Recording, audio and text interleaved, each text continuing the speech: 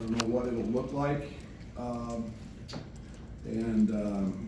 We had a Matthew Meyer sighting, which was very nice to see and much needed. But then it's Sincere Harris with his defense, and then a couple of timely offensive putbacks, his activity. And it's Jaden Epps off the bench. There's Terrence Shannon, who 5 stitches in his eye and playing against his old ball coach who he loves and was slow getting going. RJ Melendez a couple of big shots, and then Terrence just kind of took over, and it was Dane Deja in the first half had a lot of really positive moments. So I don't know where it's coming. I think that's the beauty of our team. We were about as ugly a basketball team as you could be in that 16-2 run.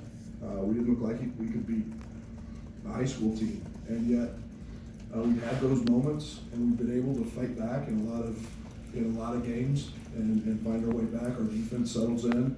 I thought we did a great job on Tyrese and Marcus. I think Tyrese had a couple threes, but all in all, that's a hell of a basketball team. They're number 2 for a reason. They're old.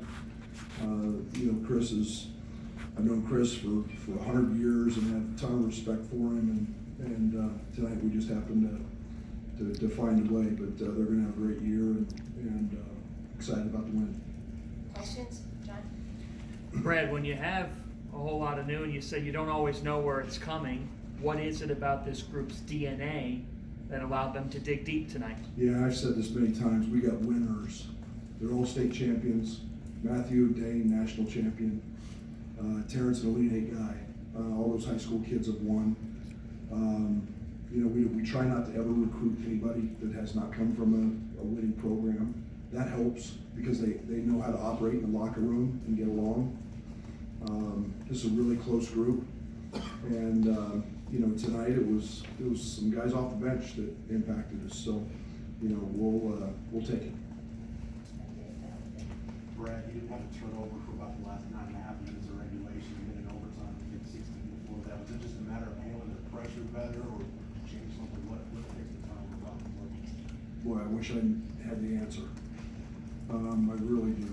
It's I think 4 or 5 of them were charges in the first half, which it's crazy because we set and work for 2 days on early passes, jump stops, knowing that they're going to take a ton of charges. And then Dane had a couple, 2 or 3 right there early, so there were 7 or 8 of 11. And I thought we did a pretty solid job after that. We're going to be a little bit of a different team in terms of we're not going to run offense like precision screening and doing all that. We're 5 out. We're going to drive you and we're going to dribble the ball more. And they're a gap, very handsy team, and they got their hands on some ball really good. I thought we made some adjustment. It was nice.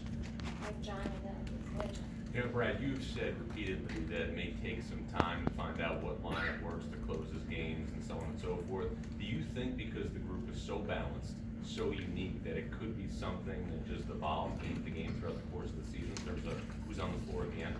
Maybe, yeah. Early we've relied on Terrence a lot. He's been a guy that we've I think we want to rely on that. Coleman's been in that spotlight a bunch. It was part of our problem in the Virginia game. Who do we go to? And TJ was off. And so I think it's going to be a little bit of that crapshoot, so to speak, as we move forward and guys keep establishing the roles. But again, Jaden, TJ finally got going. Matt tonight, so we'll take it any way we can get it. right here. Fred, obviously you learned from some close losses after you fight back earlier this season. Jaden in particular, after the Maryland game, missed a couple shots, but what have you seen from him that you have so much faith to close with? Well, first of all, we told him I loved the shot he missed at Maryland, and it was, he wasn't even a factor in that game because he picked up 2 fouls in 20 seconds. And Matt wasn't even a factor in that game.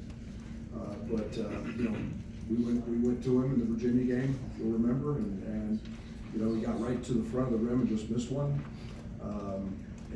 He's a scorer, and he's a tough nut, and he's a tough kid, and he's no fear. And it didn't matter that he's got a fifth-year senior and, Marcus Carr guarding. As a freshman, he just went to make life. Dana, Nick here. Right, you talked about the store stylistically, you're changing them a lot, you don't know where things are coming from. For a long time, you kind of knew where things were very predictable, if you will, or at least reliable. Yeah. How are you managing the chaos, if you will, the unpredictability of this? I don't know, it's a good question. It's different, for 3 years I've known I've had Io, Trent, and Kofi. And then I've had, really solid role pieces it's taken me a bit,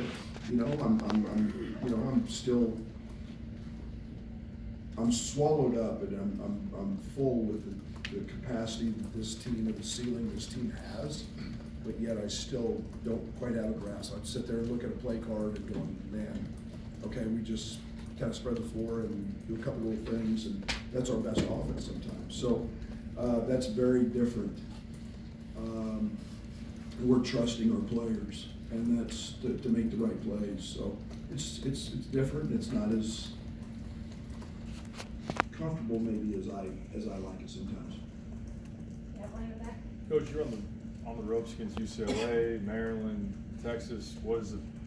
Did you know at all going into this year that this team would be able to get through some tough moments like that? And what's been key to flipping that switch? Well, I'd be lying if I tell you I knew that. We played this schedule knowing that you have to be, I like playing really good teams, and I like playing really well-coached teams, and you find out about yourself. We found out in the Virginia game with the lead with 3 minutes to go, and didn't get any stops. And we've been able to bury that in practice and work on those situations. Tonight we got them when we needed them. There's growth, and Maryland was just such severe foul trouble and playing shorthanded, guys having a lot more minutes, and yet, we stunk it up for 8 minutes in that game and found a way to come back and have a chance to win it. And we made really bad plays in that game, just plays that weren't smart, and we've talked about those and showed those. So I had no idea, but I knew I liked our character, and I know what winners in your locker room do. Rob, does it seem to you like this year could maybe be a little more wide open than before? I mean, you just beat the number 2 team. Carolina's lost 4 times. Zaga's lost a bunch of times. Does it seem really wide open at the top? Yeah, Adam, I don't watch basketball a whole bunch in terms of special teams in our league. I mean, UCLA, Virginia, they're all really good. I mean, Syracuse the other night goes and wins at Notre Dame, and they tremendous talent.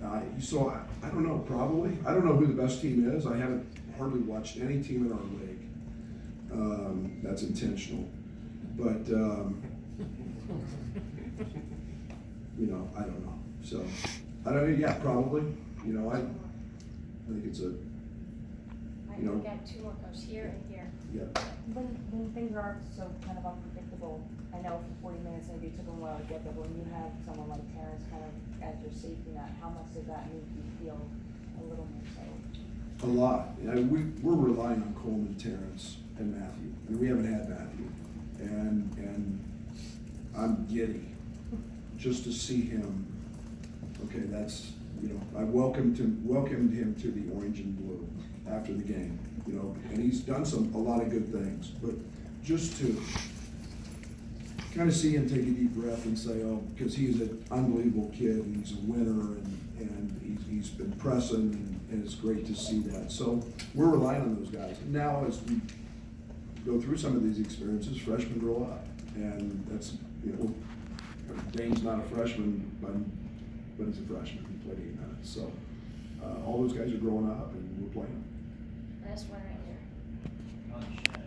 What was that like just to see you make some of those plays in overtime, considering the night that you had in regulation? They were all under control. They were all poised. They weren't things that it was just lower your head, and he gets fouled a lot, but those weren't plays that were just reckless. Those were plays that were just poised, patient, and he stopped and made the right play, and just really good basketball plays. And no one works harder than Terrence Shannon at his game, nobody.